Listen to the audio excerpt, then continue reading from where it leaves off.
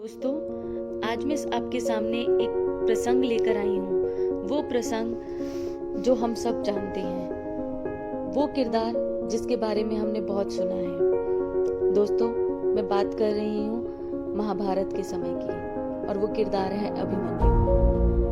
अभिमन्यु एक ऐसा किरदार जिसे आज भी हम सब याद करते हैं। अभिमन्यु जिसके बारे में हम जानते हैं कि उसने चक्रव्यूह को तोड़ा था। हम जानते हैं और आज भी गर्व महसूस करते हैं, और इसी वजह से आज भी उस किरदार का नाम हम बहुत गर्व से याद करते हैं, क्योंकि अभिमन्यु चक्रव्यूह को तोड़ना जानता था। पर दोस्तों, वो जो नहीं जानता था वो था लौटना। अभिमन्यु लौटना नहीं जानता था। कहीं ना कहीं ये कहानी आज हम पर भी लागू होती है। आज हम जीवन में इतने आगे बढ़ते जा रहे हैं कि हमें नहीं पता चल रहा है, पर कहीं ना कहीं हम वापस लौटना भूल गए हैं। अगर हम आज की बात करें तो ऐसा कहा जाता है कि यदि जीवन के 40 वर्ष पार कर लिए हैं तो अब लौटने की तैयारी प्रारंभ करें, इससे पहले कि देर हो जाए, इससे पहले कि सब किया धरा निरर्थक हो जाए। अब सवाल क्या है? सवाल है, लौटना क्यों है? लौटना कहाँ है? या फिर लौटना कैसे है? इसे जानने, समझने एवं लौटने का निर्णय लेने के लिए आइए टॉलस्टॉय की एक मशहूर कहानी आज आपके साथ में साझा करने वाली हूँ। कहानी का शीर्षक है लौटना कभी आसान नहीं होता। एक आदमी राजा के पास गया जो कि बहुत गरीब था। उसके पास कुछ भी नहीं था, पर उसे मदद चाहिए थी। राजा भी बहुत दयालु था। उसने पूछा कि क्या मदद चाहिए? आदमी ने कहा, मुझे बस थोड़ा सा भूखंड चाहिए। राजा ने कहा, ठीक है, कल सुबह सूर्योदय के समय तुम यहाँ आ जाना। जमीन पर तुम दौड़ना, जितनी दूर तक दौड़ पाओगे वो पूरा भूखंड तुम्हारा। परंतु ध्यान रहे, जहाँ से तुम दौड़ना शुरू करोगे सूर्यास्त तक तुम्हें वहीं लौट कर आना, अन्यथा कुछ भी नहीं मिलेगा। वह आदमी खुश हो गया। रात भर सो भी नहीं पाया। सुबह हुई, सूर्योदय के साथ आदमी दौड़ने लगा। आदमी दौड़ता रहा। सूरज सिर पर चढ़ाया था, पर आदमी का दौड़ना नहीं रुका था। वो हाँफ रहा था, पर रुका नहीं था। थोड़ा और, एक बार की मेहनत है, फिर पूरी जिंदगी आराम करूंगा, ऐसा सोच रहा था। दोस्तों, शाम होने लगी थी।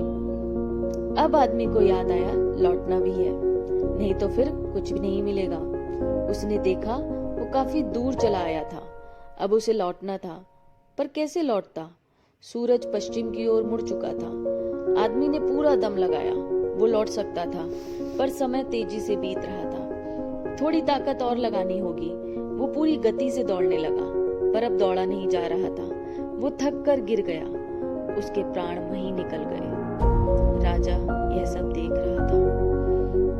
अपने सहयोगियों के साथ वो वहां गया जहां आदमी जमीन पर गिरा था। राजा ने उसे गौर से देखा, फिर सिर्फ इतना कहा, इसे सिर्फ 2 गज जमीन की दरकार थी। आदमी को लौटना था, पर लौट नहीं पाया। वो लौट गया वहां दोस्तों जहां से कोई लौट कर नहीं आता। अब जरा उस आदमी की जगह अपने आप को रख कर कल्पना करें, कहीं हम भी तो वही भारी भूल नहीं कर रहे जो उसने की। दोस्तों, हमें अपनी चाहतों की सीमा का पता नहीं होता। हमारी जरूरतें तो सीमित होती हैं, पर चाहते अनंत। अपनी चाहतों के मुंह में हम लौटने की तैयारी ही नहीं करते।